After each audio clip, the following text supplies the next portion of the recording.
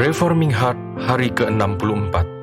Renungan ini diambil dari website pemuda.stemi.id. Tema renungan hari ini adalah Absalom membunuh Amnon. Mari kita membaca Alkitab dari 2 Samuel 13 ayat 23 sampai pasal 14 ayat 24. Demikianlah firman Tuhan. Amnon dibunuh, Absalom melarikan diri. Sesudah lewat 2 tahun, Absalom mengadakan pengguntingan bulu domba di Baal Hasor, yang dekat kota Efraim. Lalu Absalom mengundang semua anak raja. Kemudian Absalom menghadap raja, lalu berkata, "Hambamu ini mengadakan pengguntingan bulu domba. Kiranya raja dan pegawai-pegawainya ikut bersama-sama dengan hambamu ini."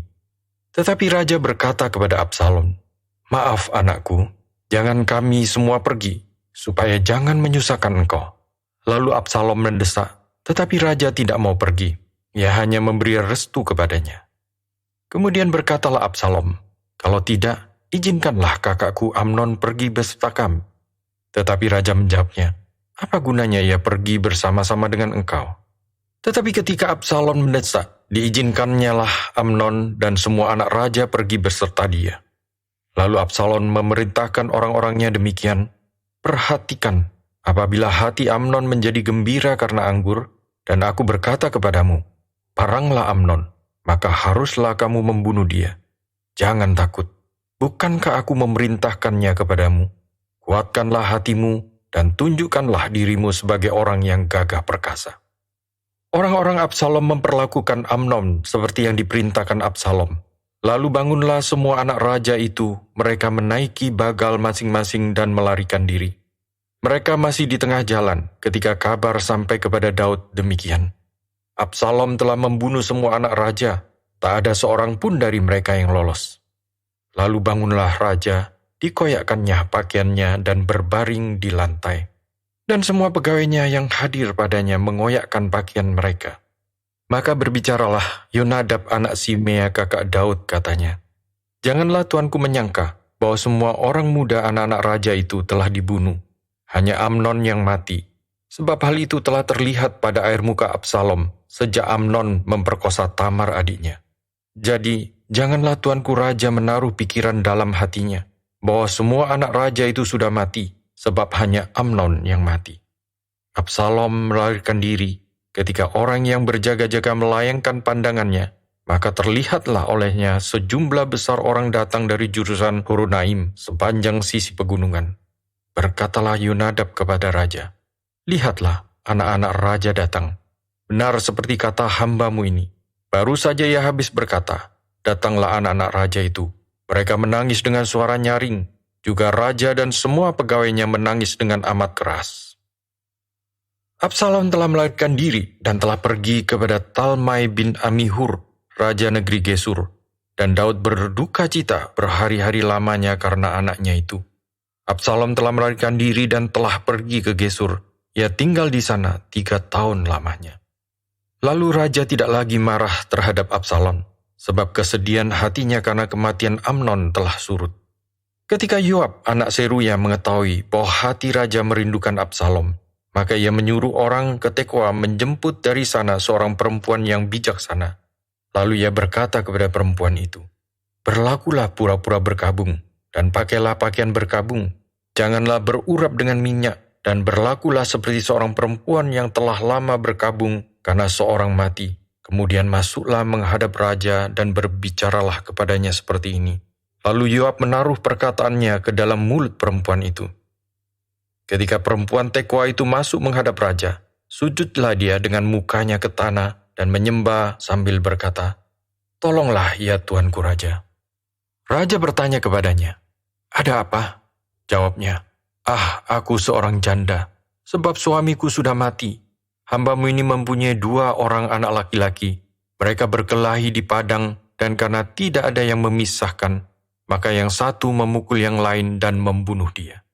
Dan sekarang seluruh kaum keluarga bangkit melawan hambamu ini. Dan mereka berkata, serahkanlah orang yang membunuh saudaranya itu, supaya kami menghukum dia mati ganti nyawa saudaranya yang telah dibunuhnya itu. Dan supaya kami memunahkan juga ahli waris itu. Mereka hendak memunahkan keturunanku yang masih tersisa itu dengan tidak meninggalkan nama atau keturunan bagi suamiku di muka bumi. Lalu berbicaralah raja kepada perempuan itu, "Pulanglah ke rumahmu, mengenai engkau akan kuberikan perintah." Perempuan Tekoa itu berkata kepada raja, "Aku dan keluargaku akan menanggung kesalahan itu, ya tuanku raja, tetapi raja dan tahtanya tak bersalah." Lalu berkatalah raja, "Jika ada orang yang mengatakan apa-apa lagi terhadap engkau, bawalah orang itu menghadap aku, maka ia tidak akan mengusik engkau lagi." Kata perempuan itu, "Kiranya raja ingat kepada Tuhan Allahmu, supaya si penuntut tebusan darah jangan terlalu banyak menimbulkan kemusnahan, dan supaya mereka jangan memunahkan anakku itu." Lalu berkatalah raja, "Demi Tuhan yang hidup, sehelai rambut pun dari kepala anakmu tak akan jatuh ke bumi." Kemudian berkatalah perempuan itu, "Izinkanlah hambamu ini berkata sepatah kata lagi kepada tuanku raja." Jawabnya, "Katakanlah." Berkatalah perempuan itu, "Mengapa raja merancang hal yang demikian terhadap umat Allah? Oleh karena tuanku mengucapkan perkataan ini, maka tuanku sendirilah yang bersalah dengan tidak mengizinkan pulang orang yang telah dibuangnya. Sebab kita pasti mati. Kita seperti air yang tercurah ke bumi yang tidak terkumpulkan. Tetapi Allah tidak mengambil nyawa orang, melainkan Ia merancangkan supaya seorang yang terbuang jangan tinggal terbuang daripadanya. Maka sekarang aku datang mengatakan perkataan ini kepada tuanku raja, karena orang banyak itu telah menakut-nakuti aku. Sebab itu pikir hambamu ini, baiklah aku berbicara dulu dengan raja, mungkin raja mengabulkan permohonan hambanya ini. Sebab raja akan mendengarkan aku dan akan melepaskan hambanya ini dari tangan orang yang hendak memunahkan aku dan anakku bersama-sama dari milik pusaka Allah. Juga hambamu ini berpikir, perkataan tuanku raja tentulah akan menenangkan hati, sebab seperti malaikat Allah, demikianlah tuanku raja yang dapat membeda-bedakan apa yang baik dan jahat. Dan Tuhan kiranya menyertai tuanku. Lalu raja menjawab katanya kepada perempuan itu, "Baiklah, jangan sembunyikan kepadaku apa yang hendak kau tanyakan kepadaku." Kata perempuan itu, "Berkatalah kiranya tuanku raja." Kemudian bertanyalah raja, "Adakah Yoab campur tangan dengan engkau dalam semua ini?" Perempuan itu menjawab, "Demi hidupmu tuanku raja, tidaklah mungkin untuk menyimpang ke kanan atau ke kiri dari segala yang tuanku raja katakan. Sesungguhnya hambamu Yoab telah memerintahkan daku. Dialah yang menaruh ke dalam mulut hambamu ini segala perkataan ini, dengan maksud untuk mengubah rupa perkara ini, maka hambamu Yoab melakukan perkara ini. Tetapi tuanku bijaksana sama seperti malaikat Allah, sehingga mengetahui semua yang terjadi di bumi." Sesudah itu berkatalah raja kepada Yoab, "Baiklah, kukabulkan permohonanmu ini. Pergilah, bawalah kembali orang muda Absalom itu." Lalu sujudlah Yoab dengan mukanya ke tanah dan menyembah sambil memohon berkat bagi raja. Dan Yoab berkata, "Pada hari ini hambamu mengetahui bahwa tuanku raja suka kepada hamba, karena tuanku telah mengabulkan permohonan hambamu ini." Lalu bangunlah Yoab. Ia pergi ke Gesur dan membawa Absalom ke Yerusalem. Tetapi berkatalah raja, "Ia harus pergi ke rumahnya sendiri, jangan ia datang ke hadapanku." Jadi pergilah Absalom ke rumahnya sendiri dan tidak datang ke hadapan raja. Mari kita merenungkan Samuel 13 ayat 23 mengatakan bahwa 2 tahun telah berlalu sejak Tamar diperkosa oleh Amnon. 2 tahun dan Absalom tetap menyimpan dendam dan niat untuk membunuh Amnon. Kebencian itulah yang terus membuat Absalom mencari kesempatan membunuh Amnon. Setelah lewat 2 tahun, maka Absalom memakai kesempatan perayaan pesta serta pengguntingan bulu domba. Mengapa tunggu 2 tahun? Sebab sebenarnya pengguntingan bulu domba dilakukan setiap tahun. Mungkin Absalom ingin orang-orang melupakan peristiwa Amnon dan Tamar. Dia ingin orang-orang yang tidak lagi curiga bahwa dia masih menyimpan dendam kepada Amnon. Absalom adalah seorang yang sangat penuh perhitungan, tetapi juga sangat pendendam. Dia bisa membuat perhitungan matang dan sangat mengerti kejiwaan orang-orang di sekelilingnya. Dia tahu kalau ia mengundang Amnon untuk datang ke pesta pengguntingan bulu domba, pastilah orang-orang akan curiga kepadanya. Tetapi setelah 2 tahun berlalu, siapakah yang masih mengingat-ingat peristiwa Amnon dan Tamar? Tetapi selain kemampuan untuk menyusun strategi dengan pengertian psikologi yang tepat, dan kesabaran menanti 2 tahun untuk rencananya. Dia juga seorang yang sangat pendendam. Dia memelihara kebencian kepada Amnon selama 2 tahun. Dengan mulus ia memohon supaya raja datang ke dalam perayaan.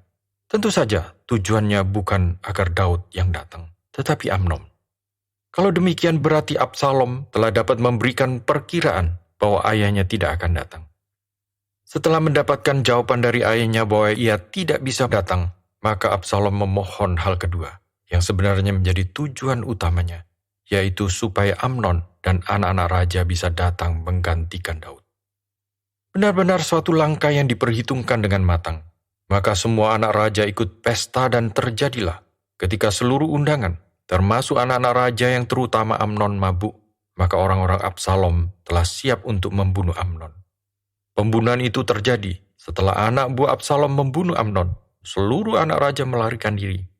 Keadaan yang kacau ini membuat laporan yang tiba kepada Daud salah. Pembawa berita itu mengabarkan kepada Daud kalau Absalom bermaksud mengambil alih tahta dan menyingkirkan semua pesaingnya, yaitu seluruh anak-anak raja, di dalam 2 Samuel 13 ayat 30. Tetapi Yonadab, kawan dekat Amnon yang tahu persis bahwa Absalom dendam kepada Amnon, langsung membaca peristiwa itu. Dia tahu bahwa hanya Amnon sajalah yang dibunuh oleh Absalom. 2 Samuel 13 ayat 23-33. Setelah membunuh Amnon, Absalom melarikan diri ke negeri Gesur, daerah asal ibunya. Dia tinggal di sana selama 3 tahun. Dalam pasal 14, Yoab tahu bahwa Raja Daud merindukan Absalom, menyewa seorang perempuan untuk mengisahkan kisahnya sendiri tentang anaknya yang membunuh saudara kandungnya sendiri. Sesuai dengan perintah Taurat, di dalam Imamat 24 ayat 17, anak ini harus dibunuh. Tetapi perempuan itu meminta belas kasihan Daud untuk mengampuni anaknya demi dirinya. Sebab jika anaknya tidak diampuni, maka dia akan kehilangan kedua anaknya. Yoab bekerja sama dengan perempuan ini karena Daud, yang sebenarnya tak ingin menghukum anaknya, mengalami kesulitan yang besar karena anak-anaknya. Amnon memperkosa Tamar, lalu Absalom membunuh Amnon, dan sekarang Absalom berada dalam bahaya dihukum mati. Haruskah Daud menjatuhi hukuman mati untuk anaknya sendiri? Keengganan Daud untuk memanggil pulang Absalom kemungkinan adalah karena dia enggan menimpakan hukuman kepada anaknya sendiri. Daud tidak menjalankan keadilan, tetapi dia juga mengerti kalau dirinya tidak berhak menyatakan keadilan. Bolehkah seorang yang pernah tidur dengan istri orang lain menghakimi orang yang memperkosa? Bolehkah seorang yang pernah mengatur agar Uria mati terbunuh menghakimi orang yang membunuh Amnon, yang telah memperkosa adiknya? Seharusnya boleh, bukan hanya boleh, tetapi harus. Mengapa harus? Karena Daud raja. Dia tidak seharusnya membiarkan segala keberdosaannya menghalangi keadilan dan kebenaran. Keengganan Daud menghukum bukan menunjukkan perasaan tidak layak Daud, tetapi justru menunjukkan ketidakmampuannya menegakkan kebenaran. Justru ini menjadi dosa tambahan bagi Daud yang gagal menyatakan keadilannya sebagai raja. Selain itu, Daud memiliki kasih sayang yang sangat besar untuk anak-anaknya. Kasih sayang ditunjukkan dengan cara yang buta, sehingga Daud tidak pernah mendisiplin anak-anaknya. Dia bersalah bukan saja karena dia sebagai orang tua tidak tega mendisiplin anak-anaknya sendiri, tetapi karena dia tidak mendisiplin anak-anaknya dalam kapasitasnya sebagai Raja Israel. Bolehkah anak-anak raja bertindak seenaknya sendiri dan bebas dari hukuman? Tidak. Tetapi rupanya anak-anak Daud melakukannya. Setelah Tuhan menjanjikan kasih setia kepada keturunan Daud, hantaman pencobaan langsung datang kepada anak-anaknya dan mereka gagal. Mereka gagal dan Daud pun gagal. Kegagalan yang akan memuncak pada kesulitan yang semakin besar bagi Daud. Maka strategi Yoab untuk mendatangkan perempuan bijak dari Tekoa adalah untuk menyatakan kepada Daud bahwa belas kasihan boleh diberikan kepada Absalom, sama seperti belas kasihan diberikan kepada anak dari perempuan itu. Yang pertama, kaitan bagian ini dengan seluruh kitab 2 Samuel. Inilah tahap selanjutnya dari hukum Tuhan kepada keluarga Daud. Tetapi narasi kita tetap mengisahkan adanya hubungan sebab akibat yang jelas dan kisah-kisah terjadi. Absalom membunuh Amnon karena selama 2 tahun Amnon tidak sekalipun dihukum dan diminta untuk membayar kesalahan.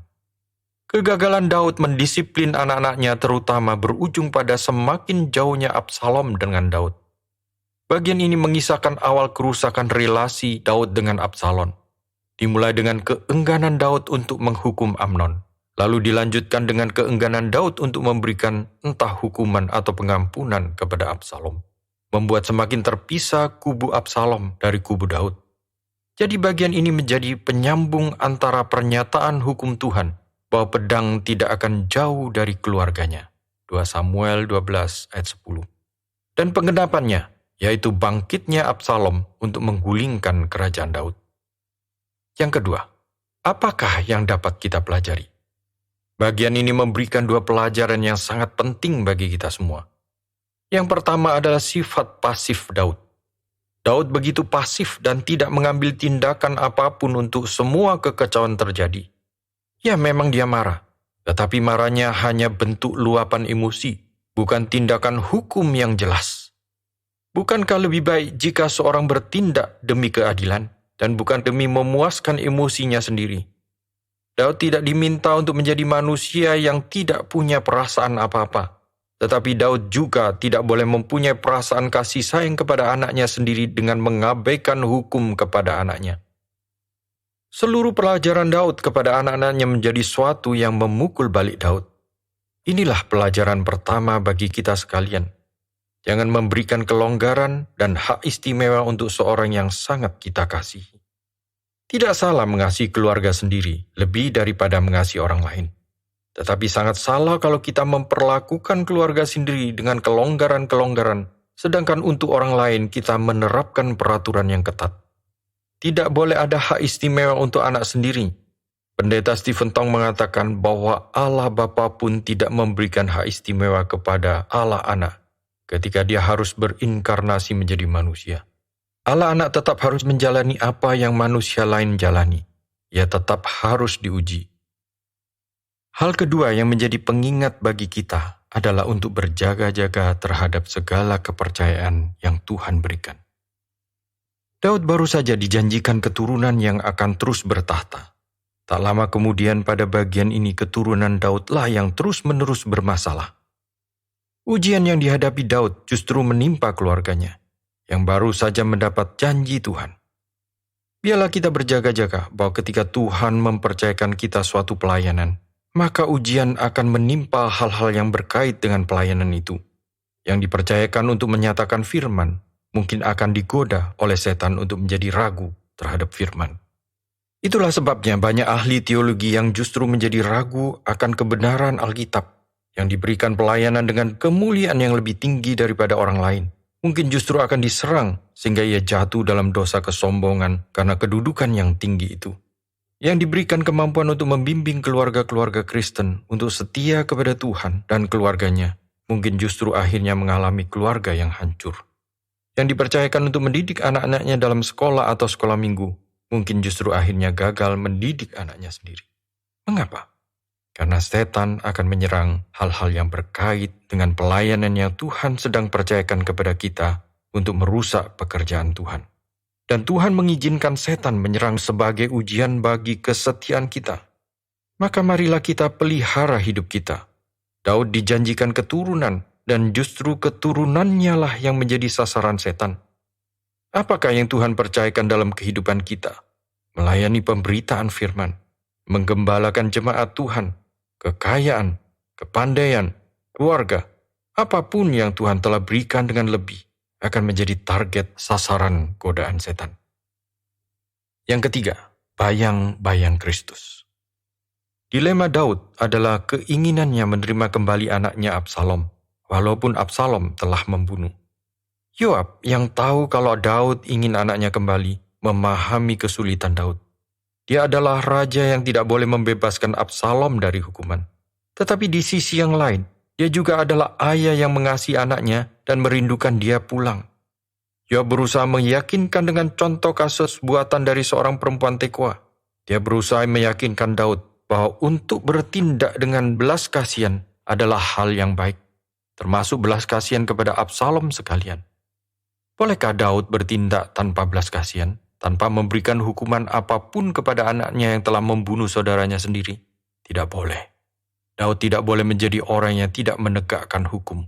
Tetapi Daud juga ingin mengasihani anaknya sendiri. Bagaimana dia dapat menjadi raja yang adil jika orang-orang yang dikasihinya diluputkannya dari hukuman? Allah juga demikian. Masakan yang menghakimi seluruh dunia tidak sanggup bertindak adil? Tetapi kita yang dikasihi oleh Tuhan, bagaimanakah kita dapat diluputkan dari hukum Tuhan tanpa mengorbankan keadilan Tuhan? Dengan adanya penebus yaitu Kristus, Dialah yang memampukan kita untuk menjadi anak-anak Allah. Karena Dialah yang telah menanggung dosa-dosa kita semua, supaya Allah bisa menerima kita kembali.